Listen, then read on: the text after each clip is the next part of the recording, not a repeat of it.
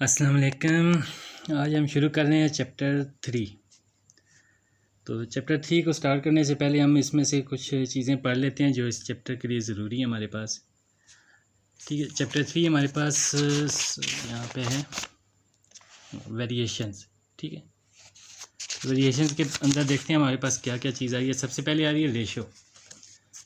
तो पहले रेशो को देख लेते हैं, रेशो क्या चीज़ है। Ratio, proportion and variations. ठीक है, तो रेशो क्या है?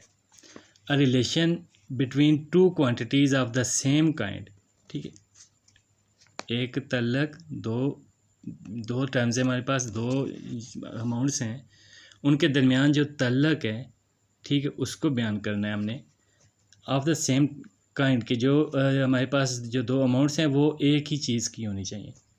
मेजर्ड इन सेम यूनिट, उनकी यूनिट भी सेम होनी चाहिए, इज़ कॉल्ड रेशो। ठीक है, उसे हम रेशो कहते हैं।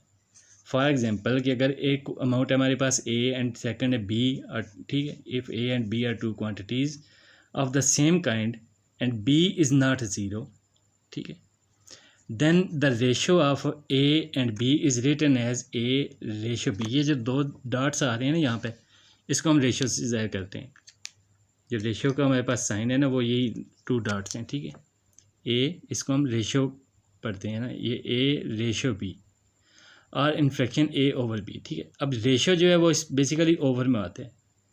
जो तनासब है ना इन दोनों का, तो उसको हम ओवर में लिखते हैं। ठीक है, ये तनासब उर्दू में आप इसको पढ़ सकते हैं, ए तनासब बी। तो इसको हम क्या लिखेंगे, फ्रैक्शन में अगर लिखेंगे तो जो पहली अमाउंट है उसको ऊपर और दूसरी अमाउंट को हमने नीचे लिखना है। जिसको कह रहा है कि इफ़ हॉकी, एक एग्जांपल है हमारे पास, एक if hockey team wins 4 games and losses 5। ठीक है, अगर एक हॉकी टीम है जो 4 गेम्स जीत रही है और 5 जो है वो हार जाती है, then the ratio of the games 1 to games lost. तो 1 कितनी थी, 4 जीती हमने, 4 गेमें थी और 5 जो है वो हार गए हैं, तो 4:5। इसको इस तरह लिखेंगे, या फ्रैक्शन में 4/5। इस तरतीब से हमने रेशियो को लिखना होगा। उसके बाद नेक्स्ट चीज़ आ जाती है प्रोपोर्शन। ठीक है, प्रोपोर्शन बेसिकली क्या है, दो रेशियोज़ जो हैं, अगर दो रेशियोज़ हैं जिनको जो आपस में इक्वल हों, जिनकी रेशियो इक्वल होती है, तो उसको हम एक स्टेटमेंट की शक्ल में लिख देते हैं, वो प्रोपोर्शन होती है। इसको आप सिंपली यूँ कह सकते हैं, proportion is a statement which is expressed as an equivalence of two ratios. ठीक है, दो रेशियोज़ हैं, जैसे यहाँ पे ए रेशियो बी है और फिर सी रेशियो डी है। तो वो कह रहा है ये जो दोनों रेशियोज़ हैं ये आपस में इक्वल हैं। ठीक है, ये दोनों रेशियोज़ आपस में इक्वल हैं। अगर ये दोनों इक्वल हैं तो फिर हम इसको क्या कहेंगे, इस तरतीब को, कि ये प्रोपोर्शन है।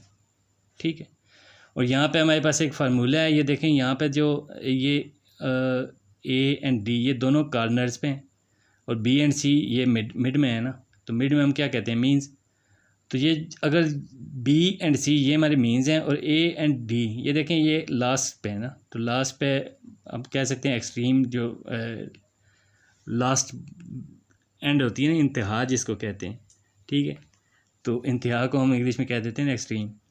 तो वही कहने हैं, ये एक्सट्रीम्स हैं दोनों। ठीक है, ये एक एक्सट्रीम है ए और लास्ट एक्सट्रीम है डी, और ये दोनों मीन्स है। और ये हमारे पास फार्मूला इस तरह बन रहा है कि product of extreme is equal to product of mean. वो कैसे बन रहा है, देखिए, ये बेसिकली ए ओवर बी है। ठीक है, रेशो को ओवर में लिखते हैं ना, और ये इक्वल है सी ओवर डी के।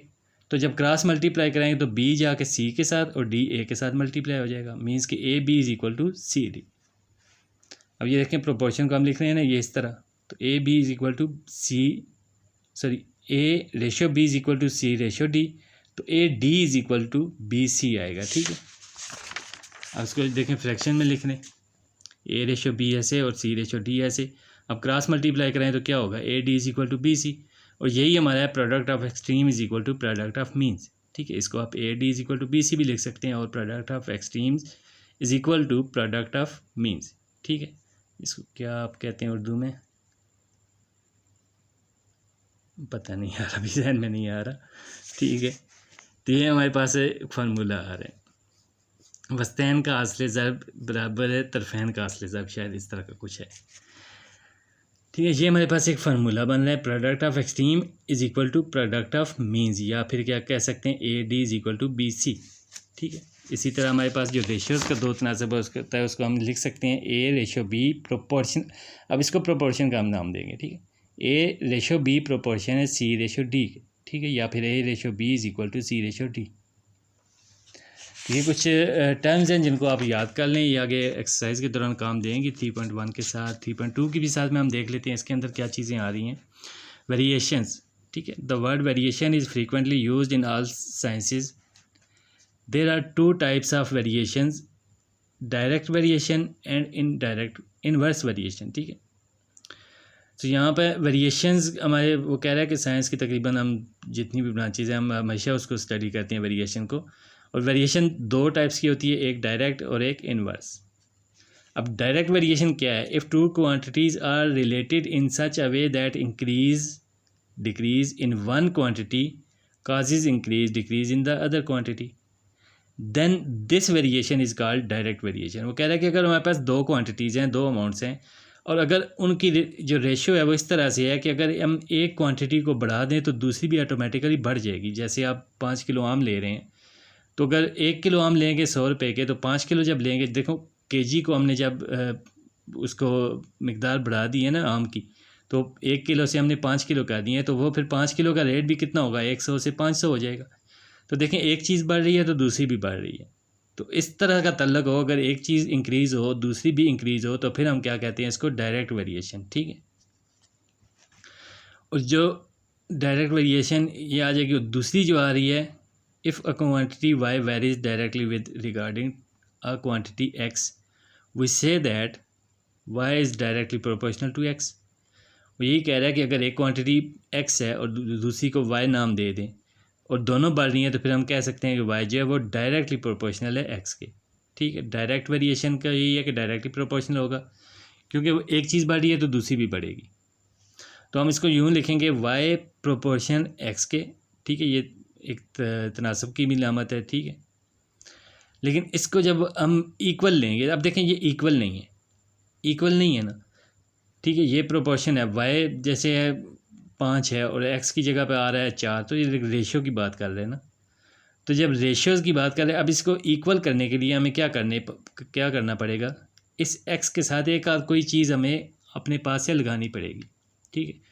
तो उसको हम उसकी जगह पे हम क्या लिख लेंगे, y is equal to k x, यानी कि y 5 है x 4 है, तो फिर k हम क्या लगाएंगे, k हम लिख लेंगे 5/4। तो ये 4 क्रॉस हो जाएगा x के साथ, तो 5 बच जाएगा। So y is equal to 5 means कि हमें हमेशा जब इनको इक्वल यहाँ से इक्वल लेना है तो हमें एक कांस्टेंट की ज़रूरत पड़ती है, ठीक है। एक ऐसी रकम की ज़रूरत पड़ती है जो इन दोनों को इक्वल कर सके, क्योंकि फ़िलहाल तो ये इक्वल नहीं है। तो ये हमें कोई चीज़ चाहिए, तो उसको हम क्या कहते हैं, के। हम जो अमाउंट यहाँ पे मेंशन करते हैं वो के उसको कहते हैं, के मीन कांस्टेंट इसका। अब देखें y इज़ इक्वल टू, अगर ये तनासब की जगह हम इसको बराबर का निशान दे दें, ठीक है, प्रोपोर्शन की जगह हम क्या लिखें, y इज़ इक्वल टू, तो इक्वल टू के बाद क्या करेंगे, x के साथ हमने k को इंटर कर देना है। तो फिर k कैसे मालूम होगा, देखें y is equal to k x, तो x जाके y के साथ डिवाइड हो जाएगा। So k is equal to y/x, और k ज़ीरो नहीं होगा, k ज़ीरो नहीं हो सकता, ज़ीरो होगा तो फिर सारी रकम को ज़ीरो कर देगा। सो दिस साइन, ठीक है, ये जो साइन है, read as a varies as, ठीक है, इसको वेरीज भी कह सकते हैं या साइन ऑफ प्रोपोर्शनैलिटी भी कह सकते हैं इसको, ठीक है, और वेरिएशन का साइन है इसको। इसके अलावा कह रहा है कि while k is not equal to zero is known as constant of variation, कि वेरिएशन के जो कांस्टेंट है उसको हम के से ज़ाहिर करते हैं, या इसको हम यूँ कह सकते हैं के जो है वो क्या है, कांस्टेंट ऑफ वेरिएशन। इसी प्रोपोर्शनल का जो कांस्टेंट है वो के है। सो पहले वो कह रहा है कि faster the speed of a car longer the distance it covers, कि जब एक कार की स्पीड ज़्यादा कर देंगे तो ज़ाहिर बात है वो जो फासला तय करेगा वो भी ज़्यादा तय करेगा। इसी तरह कह रहा है the smaller the radius of the circle, smaller the circumference is, ठीक है। अब उसका भी यही हिसाब होगा कि जितना रेडियस डाउन होगा तो उसका मुकम्मल दायरा भी छोटा हो जाएगा, जितना रेडियस ज़्यादा होगा जो दायरा घूम रहा है वो बड़ा होता जाएगा, ठीक है। वो ये डायरेक्ट प्रोपोर्शनल मिसाल दे रहा है कि एक चीज़ कम होगी तो दूसरी भी कम होगी, एक ज़्यादा होगी तो दूसरी भी ज़्यादा होगी। तो इसको हम कह रहे हैं कि डायरेक्ट प्रोपोर्शनल, ठीक। जैसे वो कह रहा है कि since D is the distance of the body falling from the rest in time T, ठीक है, the under the given condition. अब वो कह रहा है कि डिस्टेंस डायरेक्टली प्रोपोर्शनल है टी स्क्वायर के, ठीक है, टी स्क्वायर के डायरेक्टली प्रोपोर्शनल है। अब टाइम के स्क्वायर के इक्वल है, इक्वल नहीं है सॉरी, प्रोपोर्शनल है, वेरीज कर रहा है इसके साथ। तो हम इसको जब इक्वल लेंगे तो टी स्क्वायर के साथ हमने के को मेंशन कर देना, ठीक है। अब अगर डिस्टेंस हमारे पास 16 फीट है एंड टी है 1 सेकेंड, तो देखें 16 इंटू के, टी कितना है 1 सेकेंड, 1 स्क्वायर, सो 1 ही आ जाएगा, तो के इज़ इक्वल टू 16।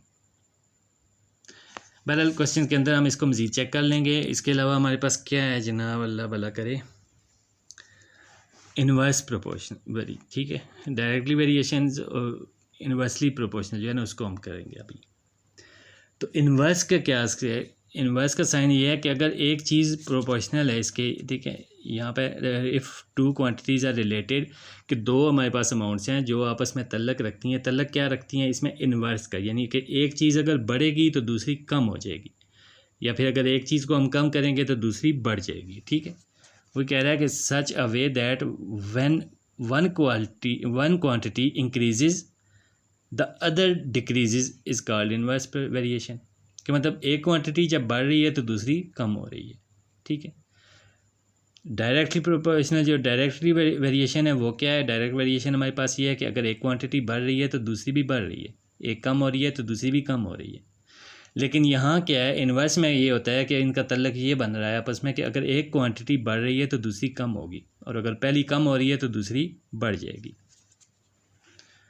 तो इसको हम कहते हैं इन्वर्स प्रोपोर्शनल। इसको हम लिखते हैं, अगर ए प्रोपोर्शनल है ना इसके, अब वेरीज का निशान वही हमारा काउंट होगा, ठीक है। जैसे x, we say that y is inversely proportional to x, तो अगर y इन्वर्सली प्रोपोर्शनल है तो इसको हम 1/x लिखेंगे, ठीक है। y तो ऊपर ही आएगा, लेकिन प्रोपोर्शनल के बाद हम क्या लिखेंगे, 1/x, y वेरीज 1/x, ठीक है। अब k कांस्टेंट है, वो तो वैसे ही मेंशन होगा, तो k ऊपर ही आता है, तो k/x आ जाएगा, y is equal to k/x।